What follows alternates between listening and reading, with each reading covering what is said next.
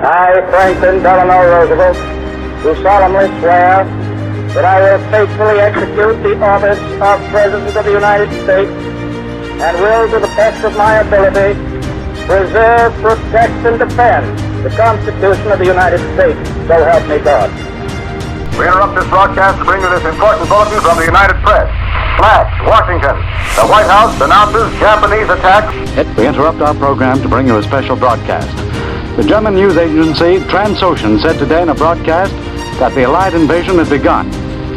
I repeat, the German news agency Transocean said today in a broadcast that the Allied invasion had begun. There was no Allied confirmation. Glorious hour. I only wish that Franklin D. Roosevelt had lived to witness this day. General Eisenhower informs me that the forces of Germany have surrendered to the United Nations. The flags of freedom fly all over Europe. The Army Air Forces has announced that a flying disc has been found and is now in the possession of the Army. Army officers say the missile, found sometime last week, has been inspected at Roswell, New Mexico, and sent to Wright Field, Ohio, for further inspection. From Dallas, Texas, the flash, apparently official, President Kennedy died at 1 p.m. Central Standard Time.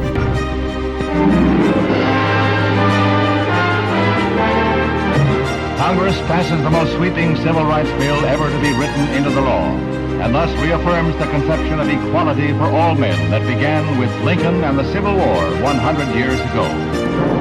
Gutted shells of buildings, flames raging out of control, and an atmosphere of apprehension still hover over the quieting Watts section of Los Angeles.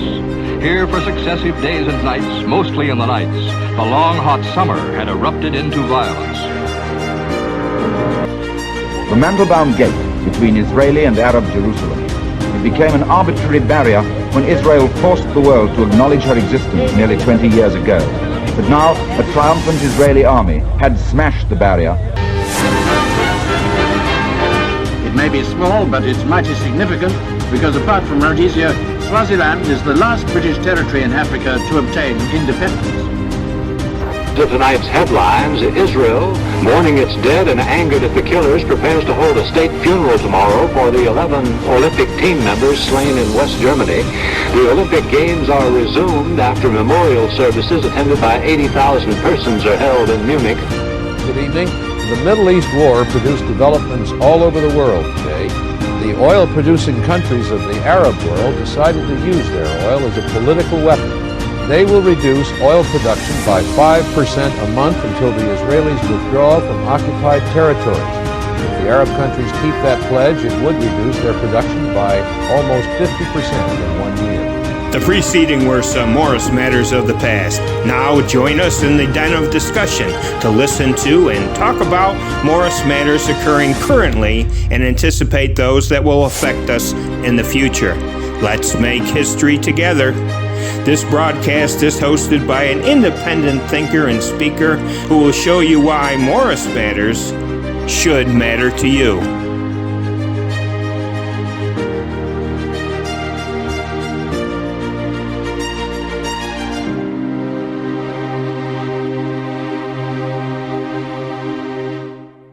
Next up, we have the pleasure of talking to Mike Gentile. He's the chief of staff. Well, actually, he wears a bunch of hats. Are you still an Oneida County legislator, too? I am an Oneida County legislator. That is correct, representing the 23rd District up in North Utica and a chunk of lower East Utica. Recently elected, and he's also been appointed Mayor Galimi's chief of staff. I want to start out with a little background because I'm not too familiar with you other than some of your civic engagements. I know you're into, is it baseball? Yes, I am the district administrator, overseeing 16 leagues for New York District 10 as the district administrator. And then obviously my professional roles, some backgrounds and some political roles as well, but really just kind of focused on doing good for my community and trying to do whatever And I you're can and also use whatever vehicles I can. you still on the board of landmarks? Yes. Yep. I'm a trustee Okay. for the Landmark Society. So kind of All get right. a little bit of everything. I guess so. And before this, you were also the campaign managers, successful campaign manager for Mayor Galimi. Now, I want to get Yeah, no, so never had that role. I did serve as I was chairman of the Republican Party through this last election cycle, but never was officially campaign manager. Obviously, was heavily involved in the campaign and many of the campaigns for the Republican Party, but never was under that title. who was? Um, wasn't a position that existed. It was kind of a group of people that were all invested and filled different roles as they were important. All right, let's get right to the because I'm interested. I don't think people realize the duties and responsibilities of the chief of staff. Are they codified in the city charter? So it is a position that is in the charter, but the role of it's a position that serves at the pleasure of the mayor, and that has looked different for many chiefs of staffs, and it's really filling in the areas that are most needed for the mayor. There's times where it is truly being that liaison between the city staff and the mayor, but also there's times where I'm filling in for the mayor in meetings and situations that he would typically be at. So there's times where he's at one meeting, I'm at the other meeting, just trying to kind of divide and conquer. But then there's also personnel issues and things like that we're trying to utilize as well. So it wouldn't be abnormal for if the mayor is unable to take a call that I take the call on his behalf, or do whatever we can to make sure that the business of the city is being attended to as quickly as possible, whether it's him or myself. But a lot of what I'll do is, take information back to the mayor, find out the answer, and then bring it back to whoever needs it. Well, Mike, it's all about this Mike today. And so I was going to address, there seemed to be some controversy during the budget negotiations. What is your exact figure of your salary? My exact figure is, I believe it is 76,000. Okay. I do not know where the $100,000 number came from. That was very utilized very much on radio interviews and this, that, and the other thing. I did think that 100,000 number was an interesting tidbit and used as like some type of concern that was what was destroying the budget or whatever, but it's not my salary. It is public record. It is what it is. Now, you also get medical and that kind of stuff, basic benefits? Yeah, I mean there's your standard benefits Okay. whenever. And I'll just say too, and I mean it really doesn't matter, but I actually came in at less than previous chiefs of staffs as well. And that was, because I do consider myself a public servant, and I was willing to take a little less so that we can support other areas in the budget where we wanted to see some growth and other things. Okay, I just wanted to establish that because there were all kinds of figures thrown around, and I think you explained that.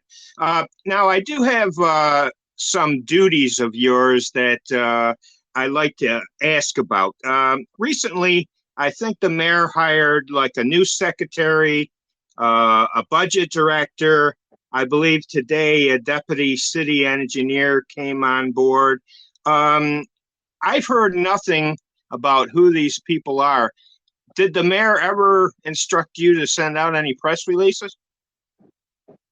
No, not. I mean, not at this time. So we have we have introduced these people on the council floor. So it was, public record.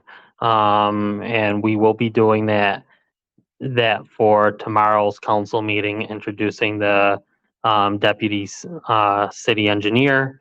I mean, we've been pretty transparent through his interviews and stuff. As a matter of press releases or anything like that, we haven't done that because there's been a lot of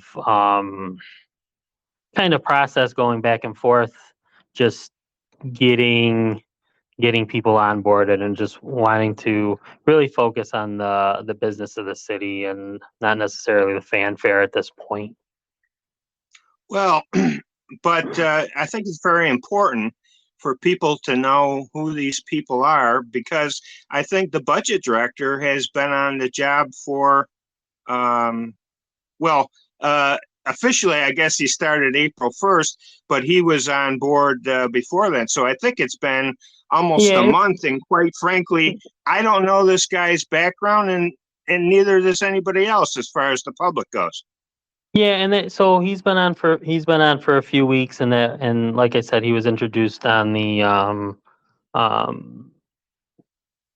council floor, and also we've spoken about his background and stuff through interviews and stuff like that, and we will do our due diligence on making sure that we make sure we're transparent with those things. We've interviewed a lot of people for a lot of positions and really tried to do our best to build and get the right infrastructure of personnel under us. And, we're working diligently every day to get those things in place. We've been very fortunate. Hasn't been easy, but we've been fortunate to find, good people and highly skilled and trained and really are a good fit. So no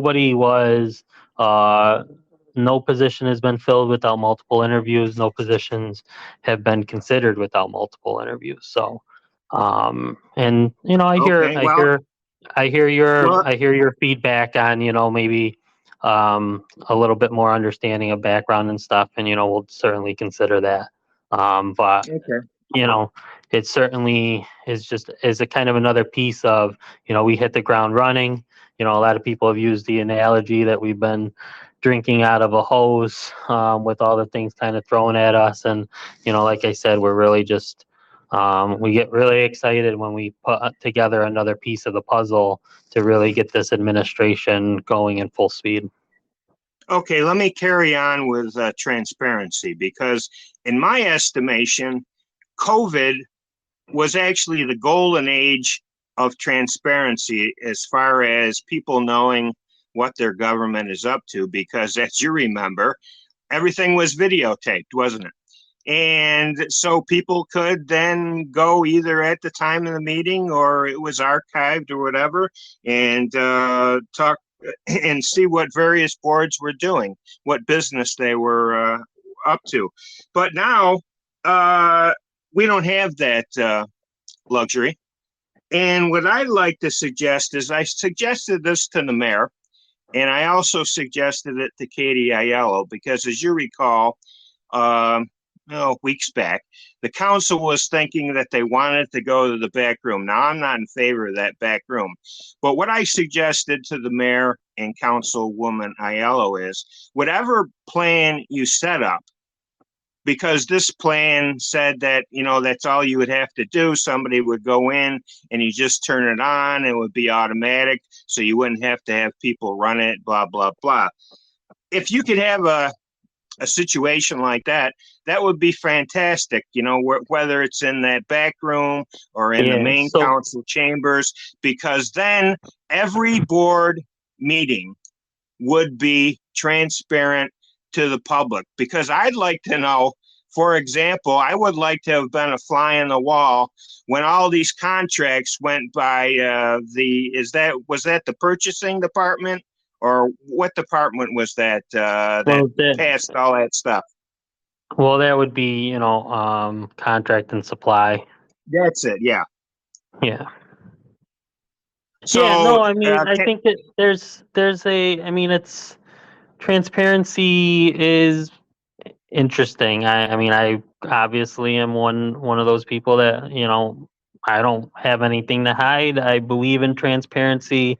All those things are good. You're right. We all kind of raised the standard during COVID, and out of necessity and everything being done that way. And I certainly don't like the areas where we've scaled that back and would like to see that. I know in any discussion of the back room, as you put it, or the caucus room, we certainly that wasn't an option unless the technology would support it. I do think that there were also a lot of costs and stuff accrued from having to have a tech person on for every meeting. And we're in a situation where there's a lot happening at a lot of times, so finding that balance is good. And of course, making sure that public record is available and people are able to go back on it. It always kind of surprises me, the amount of people that respond to, oh, I watched the council meeting, or I did this, or I did that, and you almost forget that people are tuning in from the outside. So, but no, yeah, I usually don't go to council meetings, but I watch them on YouTube. Yeah, and that's a great thing, and we certainly for those. But I understand what you're saying on those, other boards and some of those sub meetings that we have. Sometimes that slips through the cracks. And those can be very important boards. But I'll move on. Are you still the head of the Republican Party? Currently, yes. Okay. I have since the turn of the year and taking on these new positions, I have delegated quite a bit of that role to my vice chair, and am looking at making sure that that is a viable option as we move forward. So I mean, technically, it is the term ends this year. It's not.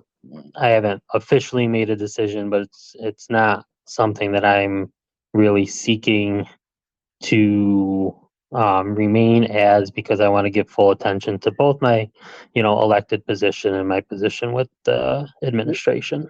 Well, the stuff I'm going to ask you about, though, is you were definitely in charge during up to and during these recent elections. So I'd like to know why you didn't run some candidates, because your administration has been a little exasperated that with the Democratic majority.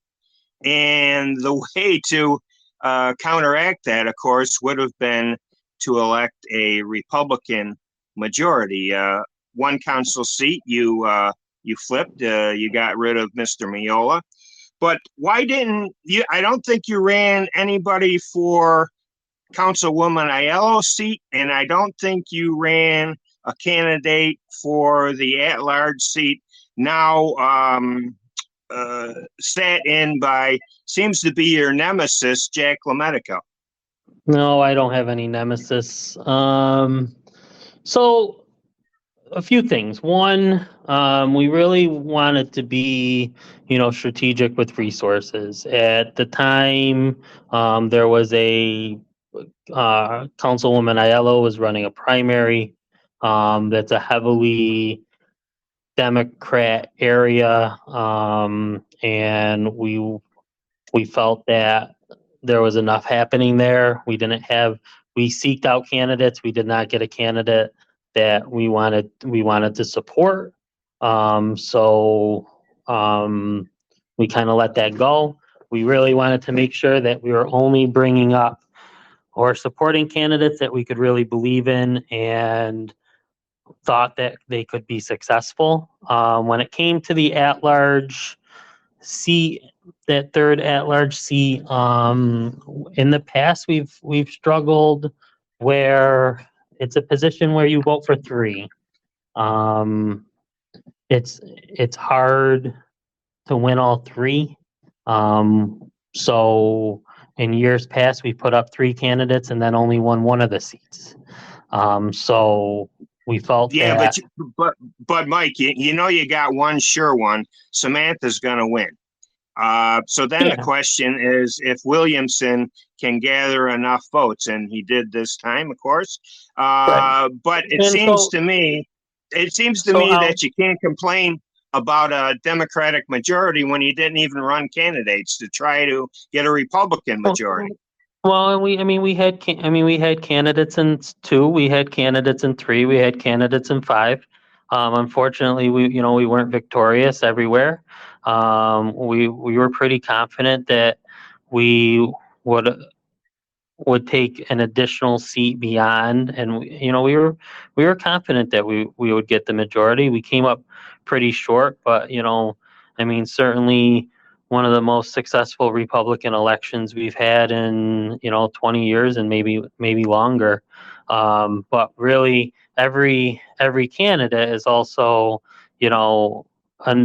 a bit of resources and stuff that we struggle with too. And the way the at-large race specifically works is, when you can choose 3, a lot of people go in and only vote for 1.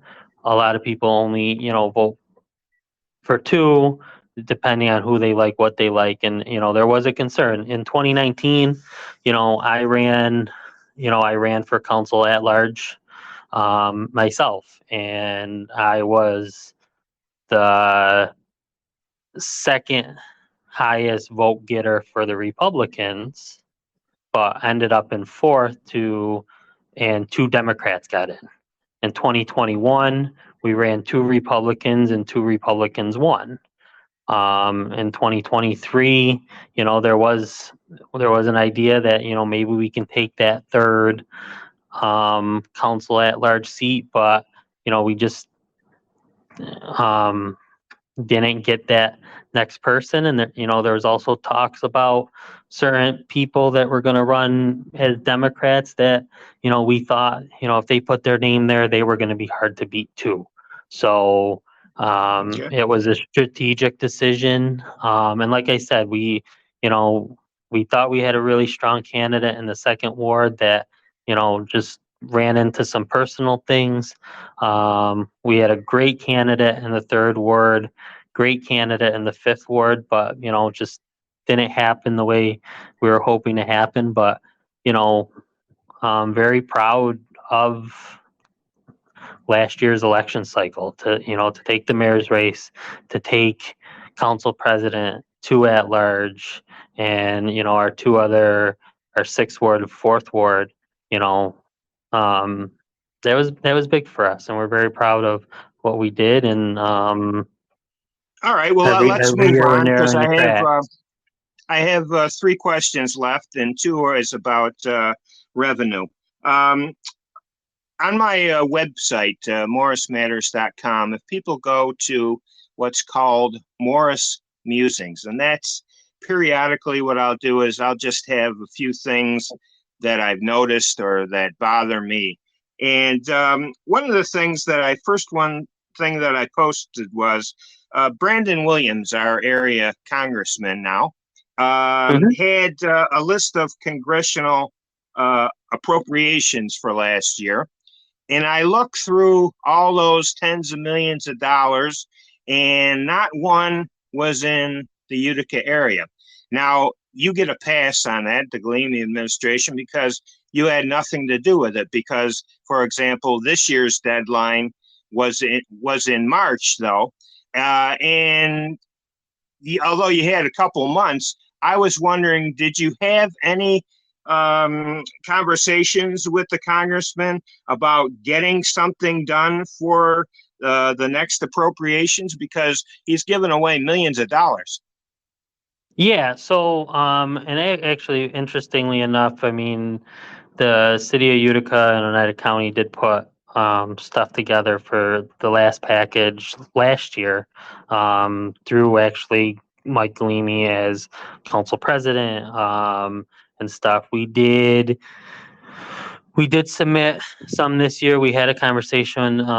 We had Congressman Williams up to the office probably late January, early February. Kept communication in with him, and then we've submitted. So the way it works, I mean, it's both with the Congress and the Senate. So when you submit those, you're submitting them to all three of your representatives, your two senators and your congressperson. The congressional has a little bit of a different standard than the Senate ones, and actually the Senate extended their deadline while Congress did not. But we submitted quite a few things to those offices, and we're hoping that we receive some that same. Can you give people an idea of one or two items that were on your wish list? Yeah, so I'm drawing a quick blank, but let me just finish that a statement real quick. Is we really ran into the situation where that $1.2 million that came for the firehouse and potential firehouse in Oneida Square, that came from that funding stream of last year and stuff too. So we did receive some from last year. When it comes to wait a minute, Mike. I had the whole list. He listed all the items, and I did not see that on his list of items, because all the money added up to what he got. So I don't understand that. That was from, like I said, that ended up coming from like the Senate side, but it's the way it works is kind of joint. But anyways, so this year we submitted a bunch. Some of them is to update our traffic light system on Genesee Street so it responds better to emergency traffic and has better traffic flow. One was for clean out of Sequoia Creek to help with the flooding situation over there. One was to increase our ADA compliance in our park system that we've been doing year over year, making those upgrades, and then some other infrastructure things that just have been needed that without additional support that our city budget really can't support without some other funding coming in. So I think we put in 7 or 8 different requests, and we'll hope to see what we can receive from that.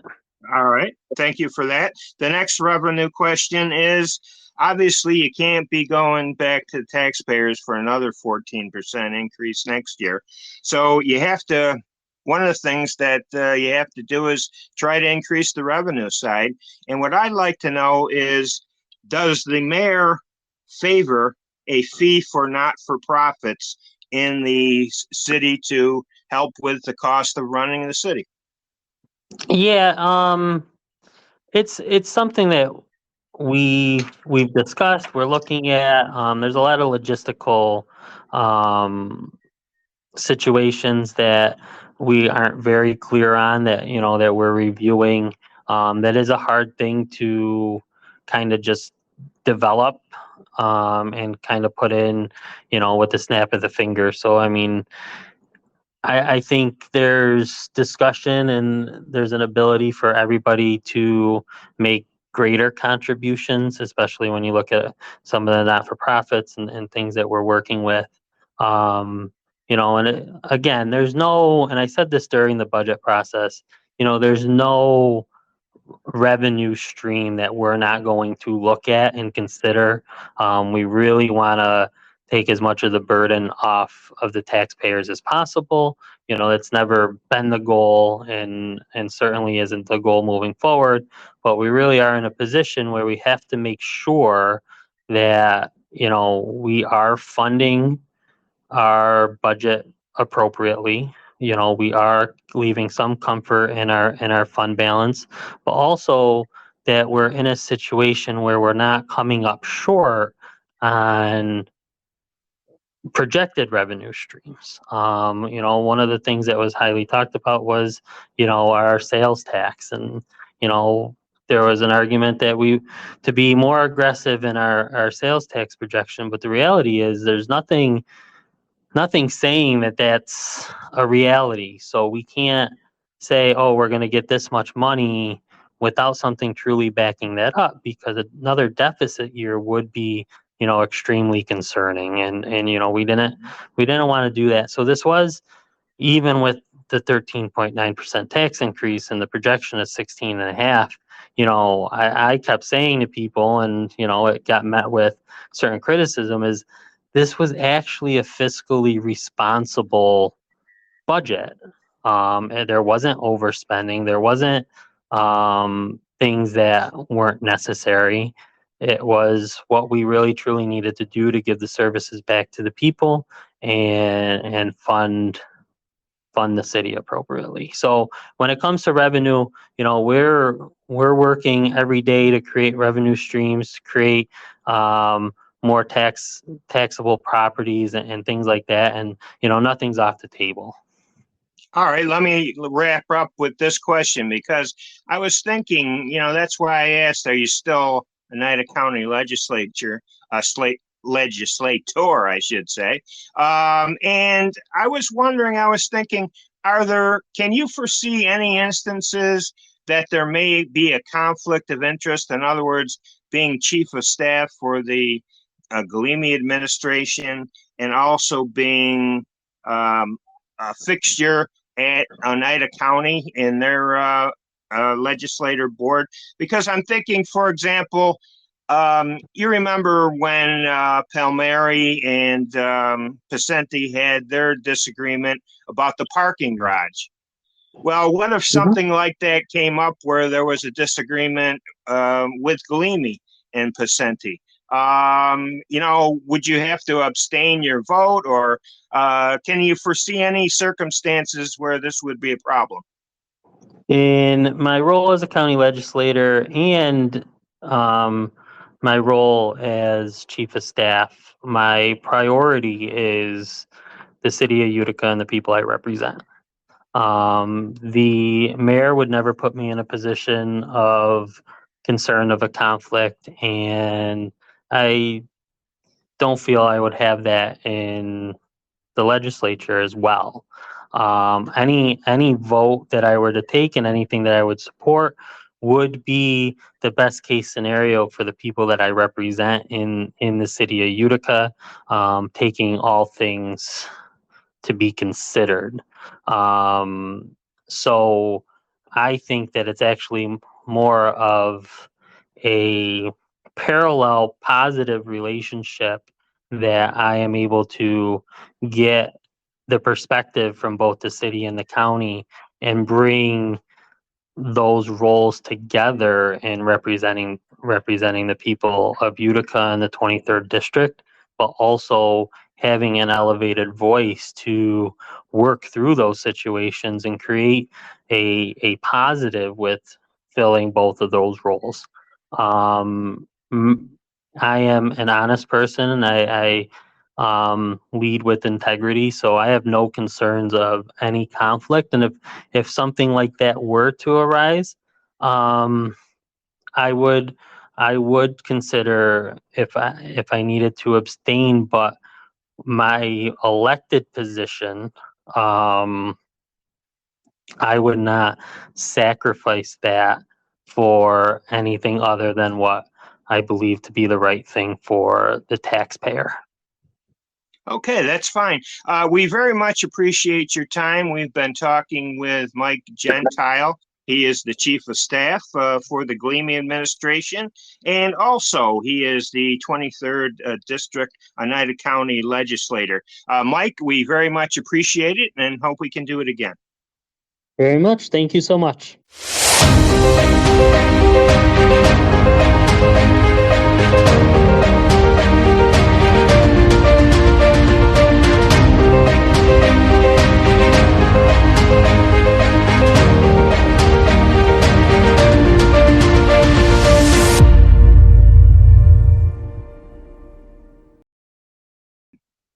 Well, it's that time of year. School board elections are here. There's a new budget. And we have a young man here that ran before. He was unsuccessful, but he's going to try again. He's an interesting fellow because he was actually the 2018 Proctor valedictorian. He went on to further his education at Colgate University. I believe his major was in history/political science. Braedon, how are you? Good. How are you? I'm fine, thank you. So did I get all that correct? Yes. All right. I can't remember from year to year who wins and loses elections. So can you tell me what seats were up when you first tried and who eventually won? So actually, it's the same seat that I ran for previously because I ran the terms are 5 years, and I ran 5 years ago. So it was Bob Cardillo won that election. It was a vacant seat 5 years ago. I do not believe Mr. Cardillo is running for re-election. At least he has not picked up any paperwork for it yet. So it will be a vacant seat again this year. When has the deadline already passed for anybody else to jump in the race? Filing petitions, the deadline is May 1st. Oh, so there's still time for somebody to jump There's still in a little bit of but time. As of right now, you're it, right? Yes. To my knowledge, I am the only person who's picked up petitions so far. All right. What's your current job? Currently, I'm working as a paralegal assistant with the Oneida County Law Department. Oh, so that's what I was going to ask you. You know, with a history, political science, usually a lot of lawyers major in political science, but with a major of history, I'm assuming that you figured out it's a tough market in history. So were your ultimate plans to be a lawyer? That was the goal, and it still is the goal to eventually go to law school and be an attorney. I did briefly flirt with the idea of becoming a history professor while I was at Colgate, and my history advisor, told me in no uncertain terms that's not the field that you want to go into. The market is terrible right now. Well, he was a good man. Yeah.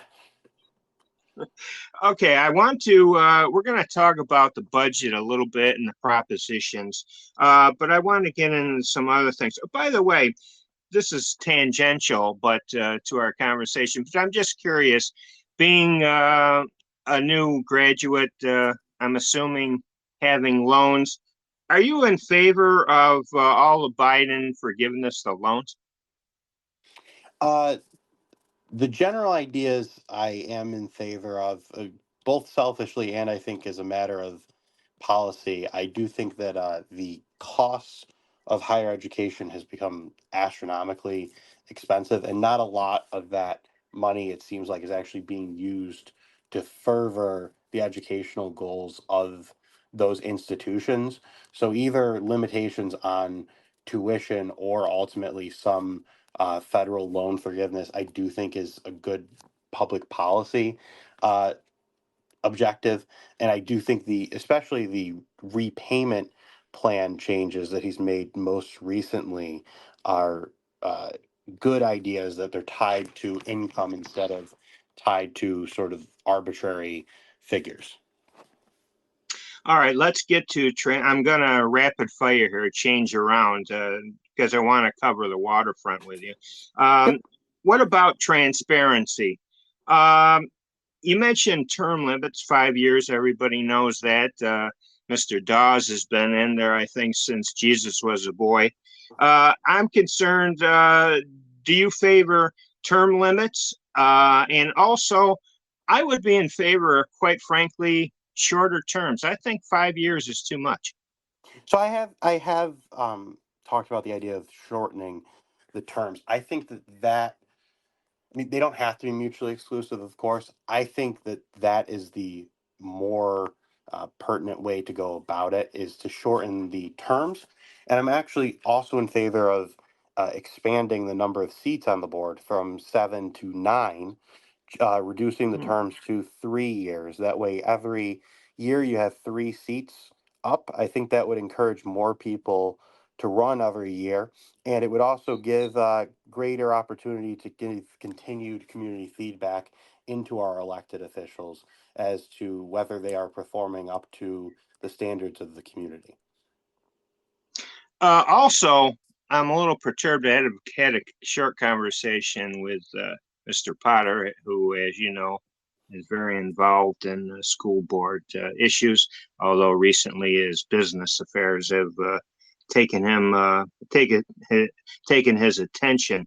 I'm concerned a little bit about, and then this happens in the water board too, and quite frankly, I don't know why more people aren't outraged about this. The public comments at school board meetings are not televised. Yep. I hope you're against that. I'm against them not being televised. I've called for, since they were made non-public, which was about, I want to say, 4-ish years ago. They used to be televised. They're no longer televised. Ever since the decision not to televise them, I have called for them to be live streamed again. I think that as a matter of policy, and quite frankly, as a matter of law, if they're going to have public comments, then they need to be at the meeting, and the meeting has to be, all parts of the meeting except for executive sessions have to be made public. So I don't understand the policy of not having them be live streamed. I think it's a bad policy. I think that it runs in the face of open meetings law, and I would be pushing for them to live stream those again. Have you ever followed up by contacting, used to be Freeman, who headed that Committee on Open department? Have you ever followed that up to see if that indeed is legal? I mean, you have the head of the school board now is an attorney, so it just seems to me a slap in the face for people. I have talked to the Committee on Open Government on it without knowing the situation and asking for a actual firm advisory opinion. What they have basically said is they don't have to have public comments. If they choose to have public comments, though, it does have to be part of the meeting. So they've pretty much agreed that if it's going to be part of the meeting and they're going to continue having public comments, it should be part of the public meeting, not this quasi. So how do they get away with it? And I'm assuming they get away with it because there's really no teeth to the open meetings that's exactly regulation. Yeah, the only remedies to open meetings law violations are Article 78 proceedings, which almost no one files. Yeah. Want to talk about safety? Yep. What's your understanding? Because I've lost count quite frequently, quite honestly, about safety in the metal detector. Was that one finally taken out? Did we actually lose our shirt on that proposition? Is there another one in? What about metal detectors at the schools? So my understanding of it from going to the meetings, and it's been a very confused situation. So I've also kind of lost where we are exactly. I don't think they've been super clear about it. I think they could be a lot clearer since it is a matter of public safety. But my understanding is that the Proctor metal detectors, they have, let me actually step back for a second. The weapons detection systems that were at issue that Karam installed have been taken out of Proctor and I believe out of the middle schools and been replaced by full blown metal detectors. Um, I don't know what the state of the elementary school security systems are. I don't know what they're using there. I believe it is now metal detectors as well, but I'm not positive on that. Well, it seems to me maybe it's working. We haven't heard anything, at least. Not recently, which is a good sign. Yeah. The other question I have is this is an issue really in the country about police and their role and defunding police and so on and so forth. We now have a police presence, an extensive police presence in our schools, not only just the high school. I'm wondering, is this something that you like an actual formal policeman, or do you think that safety can be accomplished in another way? And I'm thinking, would this be a cost savings to the district? Because as you know, these police officers are on the payroll and they're paid overtime. Yes. I do think that having the regular service uniformed police officers in the school is a necessity right now. And it's not just the internal sort of violence or potential of violence that they're there for. I do think that in the current climate that we're in, with as many issues at schools that we've had across the country in terms of school shootings, it's really necessary to have that first responder there in case anything happens. And I think that the potential to stop something at the front door and save lives that way is worth whatever it's costing us in terms of the monetary amount of having them in the schools. Now, I understand from your publication, and at the end, we're going to let people know how you can get more information. And of course, when we have this podcast, I'll also have it a link to all your information. But you brought up something interesting, and your beef is about inequities in the Utica school system. Explain. Yeah, so I think that currently we have one high school, two middle schools, and 10 elementary schools. And I think what we're seeing across the city is that not every elementary school is created equally. There's certain schools, Albany and Jones being the standouts, that get a lot more attention, a lot more resources than other elementary schools, and it's showing in the results. Their testing results are much higher than other elementary schools, and their student achievement rates are higher. Those are the students who are more likely than not to end up in advanced placement and AP classes once they get to middle school and high school. And I think that is doing a real disservice to our other students, that we're setting certain students up for success and we're setting up other students for failure by not investing enough at the source, at those early grade levels, the K through 3 grade levels, where they're developing um, uh, sort of letters and sounds, where they're getting elementary math skills. Not being on grade level at grade 3 is having serious knock-on effects later in that student's education. And I think that we need to invest more in the schools that are having those lower results to try to make sure that we're not putting those students behind for the rest of their educational career.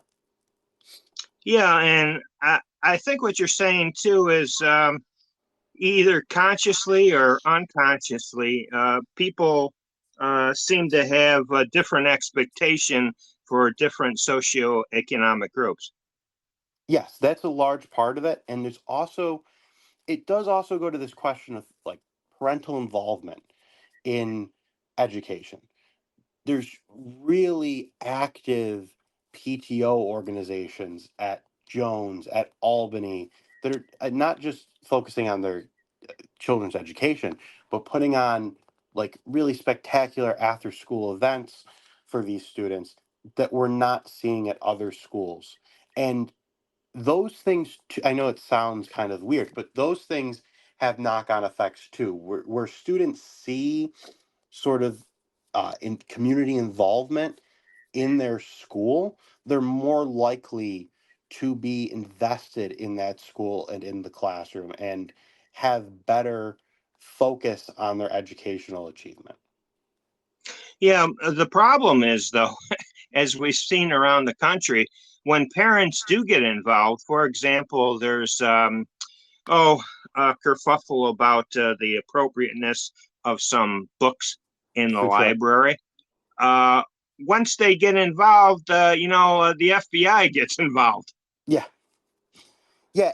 There's a certain, there needs to be lines drawn of acceptable involvement and unacceptable involvement.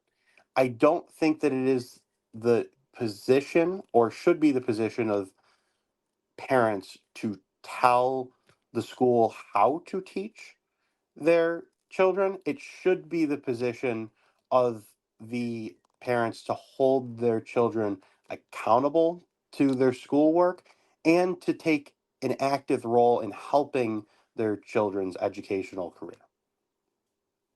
Well, let's put it to you this way. Uh, do you think there are books in the Utica School District that are not age appropriate? That I don't know, and I don't want to speak to without the facts. What I will say is we've had a horrible history in the last decade, honestly, of not allowing students to even take books out of libraries. So how much of an issue it is, I think, is sort of de minimis in the fact that the access, even if there are books that are inappropriate, these our students do not have access to them, or at least do not have full access to these things to begin with. I don't understand that, I guess. Why don't they have access? I mean, even when I was in school, there was policies where students either could not take books out of the library or could not check the books out of the school. They could check out a book from the library, but it had to stay in the classroom. And you're talking beyond reference books then? Yes, beyond textbooks. Huh. Well, that's very interesting. I learned something today. I'm not sure I like what I learned sometimes, but I learned something. It's always sort Let's of get to that's always the paradox, isn't it? yeah. You learn more, but it doesn't always make you feel better about it. That's right. Let's talk about student performance. As I understand it, isn't there going to be a different passing grade for the regions coming up, or do I have that wrong? Are you talking about the scoring, the pass? Yeah, Yeah, that's yeah, right. for passing grade. I thought you said pathway because there's also new Oh, no. pathways to graduation that are coming out. But yes, it's not new. Uh, the sort of in the COVID era, it was reduced from I believe 65 to 50.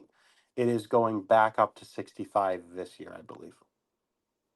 I'm guessing, based upon some of the figures I've seen for the Utica School District, this is going to be a problem. They have not talked about it at the board meetings. My personal belief is that it is going to have a huge effect upon the graduation rate this year. I do anticipate, at least in my opinion, that there will be a significant decrease in the four-year graduation rate this year. The other thing I'd like to talk about. Sorry. Go ahead. Just No, to go say, ahead. this is also the type of thing. So you need to pass a certain number of regions in order to graduate. So this is sort of the type of statistic where I don't want people to become complacent this year if we don't see a large decrease in the graduation rate. That can also mean that students have already passed enough Regents exams with the lower passing grade in previous years to graduate this year. This is one of these things that could be a lagging statistic that we could see in the next 2 to 3 years. So we need to be proactive about looking at that. I like to bring up something that concerns me as a taxpayer, because you'd like to, put your money into education. You'd like the students to get the very best education that we can afford. And the problem with this area is that we have a tremendous refugee and ESL community that needs extra help. And of course, that's more expensive as well. And then, like a lot of people, in the area, they go through the Utica schools, but then they go to college, whether it's local or away. And after college, what do? They leave the area. Yep. So we have a tremendous expense and we're not really reaping the benefits. How do we get a better return on our investment? So I do think that a large portion of this is if you have a better reputation for the school system, you have more people moving to the area and property values go up, which will increase property tax revenues. That's an extremely long-term proposition. Part of this is we're still, I think, underfunded through state aid. We still have to push for increased state aid. Another part of this is working with the city and the county to try to return properties to the tax rolls. There's too many properties that are tax exempt in the city of Utica that we're not collecting anything on. So the burden of paying taxes is falling upon middle and low income taxpayers who own their own homes, and not upon larger business owners who have gotten tax exempt statuses through these incentive programs that the city has been running. Those I have to stop you there. I'll have to tell you why I got to stop you, because I just an interview that you're going to be paired with is with the chief of staff, Mike Gentile, chief of staff for Utica Mayor Mike Galimi, and I posed this exact question to him: is the mayor interested in pursuing fees for not-for-profits in the city? Didn't get any concrete plan, but it's very interesting that you brought it up as well, because I think that's paramount to the future of the city, because you can't have 14% tax raises every year. No, and I mean, I have the budget newsletter pulled up in front of me, and just in terms of, sorry, let me find the revenue statistic again. I mean, we have 200 and we're pushing almost 300 million now, I think. $266 million budget. And 30 million of that is coming from property taxes. Right. That is unsustainable. Yes, we need state aid. We need more state aid than we're getting. We cannot rely on state aid being there every single year. That property tax revenue number needs to increase, and it does not need to increase through tax increases upon those people who are already paying. It needs to come from more properties being added to the rolls. Well, you mentioned the school budget. Let's ask a few questions here about that before I let you go. Any red flags in the proposed budget that you see? The budget itself, I think, is a solid budget. I have had serious um, concerns or issues with the administrative portion of the budget for over 5 years now. Those concerns have not been diminished by this budget. I think actually in the last 2 years, we've had gigantic raises for administrators that are completely unjustified and lead to further income inequality within the city of Utica, especially since when we talk about not seeing a return on the investment, many of those administrators do not live in Utica and are not paying Utica property taxes. So that is a concern for me. Besides that, I do think that the budget is a pretty solid budget. What about the propositions? Now, I think we can eliminate one from our discussion. Proposition number 4 is just a small increase for the Utica Library. I think you would agree with me that we should vote yes on that. But what about the other 3? And then proposition number 1 is the budget. So I will also eliminate proposition number 1 for the fact that we just talked about it. But Okay. proposition number 2, the capital project. I have serious reservations about the capital project for a lot of reasons. Number 1, I do not think that it has been fleshed out enough. This is something that was originally proposed in January, I believe. In January, it was $160 million capital project. It then changed in a month to a $65 million capital project with another $95 million capital project next year. The details have been scant on this. They haven't done nearly enough to convince us of either what is actually happening or the importance of doing it right now. Second, it's been proposed by a superintendent who has 1 foot out the door. This is an interim superintendent who we are in the process of doing a superintendent search to have a permanent superintendent come the beginning of next school year. I think that it is irresponsible to have a long-term plan proposed by a short-term superintendent. Third, there has been zero public discussion about this from any of the board members. And the capital Yeah. project committee includes 2 board members who I have been told have not gone to any of the capital project committee meetings this year. So how there's been discussion in committee, I don't know. And fourth, I don't think it's responsible right now, after having a 14% tax increase on the city side, to propose what is going to be over 2 years a $160 million capital project that's going to tie down the district in debt until the year 2041.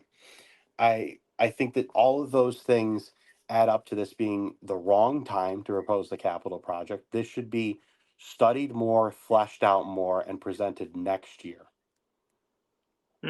Interesting. Let's move to proposition number 3. You're going to have to help me out with this because I have to plead ignorance. What is a capital reserve fund? What's this all about? So my understanding of the capital reserve fund is basically allowing the creation of I'm going to use the same word to for the definition. This is a reserve fund of the budget. So instead of this being on one of the line items of the budget, this will create a new line of a reserve fund. This is sort of, to my understanding, cash on hand that is then used for those capital projects. So you're moving money either from other line items or from bonding that is being approved in the previous proposition and placing it into a reserve fund that is then cash on hand that is used to pay for things as we go, and then it's reimbursed through state aid. It's um, reimbursed through further, not really reimbursed, but it's replenished by further bonding. This is sort of the fund item of the budget that's then used for capital projects, to my understanding. Well, the reason I'm confused is, doesn't the school district have something like this already? I believe that there's a general reserve fund, which is Oh, used slightly differently than capital reserve fund. I believe I that a see. capital reserve fund is limited to just a certain type of spending, whereas the general reserve is used, uh, can be used, I believe, for any of the line items if they go over. So are you in favor of 3 then? Um, my understanding of 3 is that it is cash on hand to be used for the capital project. Because I'm against the capital project, I am also against Proposition 3. Okay, great. Now, I'm going to give you a chance here, take a minute or two. We talked about your problem with the inequities and some of the, in the district as a whole and some of the schools. Anything else that sort of would be on the top of your list to get accomplished should you be elected to the school board? Yeah, it has been a goal of mine for a few years now, as a community member, and will still be as a board member. I would like to see established a oversight committee of the district, with sort of the initial goal really being to investigate and put together a public report of what happened during the Bruce Karam administration. I think that in order to move forward as a district, in order to rebuild the public trust, we really need to offer a public accounting of what happened, to assure the public that we both know the full extent of what happened, and that we have taken actions to make sure that none of these things can happen again. And also, uh, there's been a lot of staff members, community members, students who were wronged during the Karam administration. Involuntary transfers, uh, writing people up to such an extent that they left the district. They were being tortured out of the district. I think that these people need to be given a chance to come before a committee, present their cases to the committee, and have restorative action taken for them. Whether that be moving them towards regaining former positions, having sort of disciplinary files removed from their records, um, or holding other administrators who may have uh, coordinated in these efforts against them, holding them responsible. Well, I think we've covered the waterfront. I guess the date of importance here is May 21st. That would be a Tuesday. Yep. And the man, pardon me? Yep, I said that is correct, May 21st. Okay. And the man we've been talking to is Braedon Nanna, and he would very much appreciate his vote. Right now, he's the only fish in town, I guess, and we'll see if somebody else jumps in. But I think we got a flavor of what Braedon's all about, and we very much appreciate the discussion, and we wish you the best of luck. Thank you so much. Oh, one more thing. I promised that you could give your contact information. I almost forgot. Go ahead. Yes, you can find me at my website, www.nannaforuticasschools.com, or on Facebook at Braedon Nanna for Utica School Board. All right. And as I said, we'll also have those links to where people would access the podcast as well. Braedon, I very much appreciate talking with you, and I hope that it won't be our last conversation. Thank you for your time, and hopefully it will not be the last. That's the end of this episode of Morris Matters. Join us for another episode filled with interesting and informative guests and topics. In between podcasts, you can keep up with important news by going to morrismatters.com. Feel free to react to our website or podcast by sending an email to denofdiscussion@gmail.com.